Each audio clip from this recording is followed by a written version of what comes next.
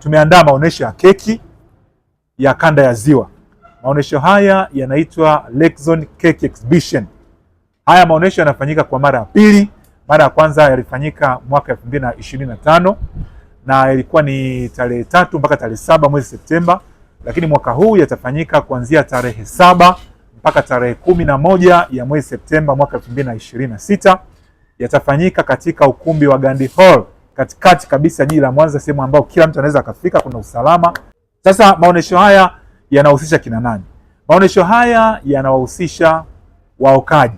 Ninapoongelea waokaji, ni waokaji wakubwa, waokaji wa kati, waokaji wanaojifunza na waokaji ambao wameanza lakini wanakwenda taratibu kuweza kuwa waokaji wakubwa. Sekta hii kama tunavyofahamu inakuwa kwa asilimia kubwa zaidi, na hivyo sisi tumeona tusaidiane na serikali lakini wadau mbalimbali katika sekta hii kuweza kuipa hatua zaidi iweze kuchangia kwa sehemu kubwa sana katika uchumi wa taifa. Kiingilio ni bure, wananchi wote hakuna kiingilio, waje kwa wingi, waje kuonja keki, waweze kujifunza, kuburudika na mwisho wa siku waweze kuelimika. Mwaka jana wakati tunafanya, kuna baadhi ya watu walikuwa wanaokea nyumbani, home bakers. Sasa hivi wana ofisi kubwa sana, watu kama 3 hivi au 4 wana ofisi kubwa sana ambazo tunaweza kupeleka tukaonyesha kwamba hawa, kutokana na kile kitu ambacho tulifanya mwaka jana, unajua tulikuwa na wadau mbalimbali ambao waliwafundisha mambo makubwa tu. Kwa hiyo mabadiliko ya kwanza ndio hayo ambayo tulikuwa tunahitaji, lakini matumizi ya mitandao ya kijamii, na wengi wamejisajili katika mitandao ya simu kuweza kwenda na uchumi wa sasa hivi wa kidigitali, wanafanya malipo kupitia njia hiyo, wengine pia wamepata mikopo, lakini pia jambo jingine kuweza kujipatia masoko makubwa zaidi. Mimi naitwa Afak Zahor, ni mdhamini wa maonesho ya keki kanda ya Ziwa kutoka kampuni ya Stronger Tech PMC. Ni wauzaji na wasambazaji na waingizaji wa mashine za hoteli, bakery, restaurant na bucha. Sisi tumeamua kuidhamini hiyo maonesho kwa sababu tunaona watu wanapata changamoto, na changamoto yenyewe mtu anaweza akaja akachukua mashine akajipanga akachukua mashine nyingi pengine hata ya milioni 20, afu baadaye akasema naomba uniuzie. Na kwa nini mtu anataka kuuziwa? Kwa sababu hana mafunzo, afu umoja hakuna. Kwa hiyo tulivyoona kuna hii fursa ya maonesho ya keki, bakers watakuwa wako wengi, umeona. Kwa hiyo kila mtu tutakavyojikusanya kwa pamoja, kila mtu atapata mafunzo na kila mtu atapata umoja.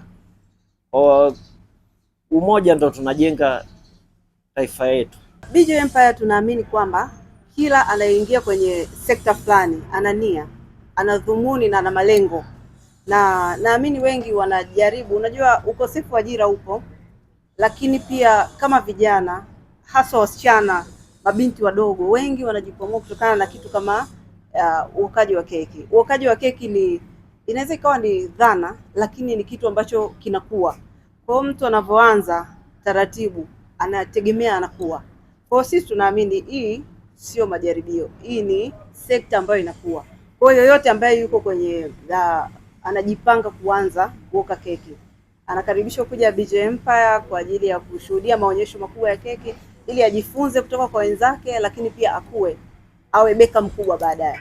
Nimeamua kuwa mdhamini wa maonyesho ya keki 2026 kanda ya Ziwa kwa sababu natarajia kupitia haya maonyesho nitapata wateja wengi zaidi, kwa sababu hata mwaka jana nimeshiriki, niliona matokeo mazuri.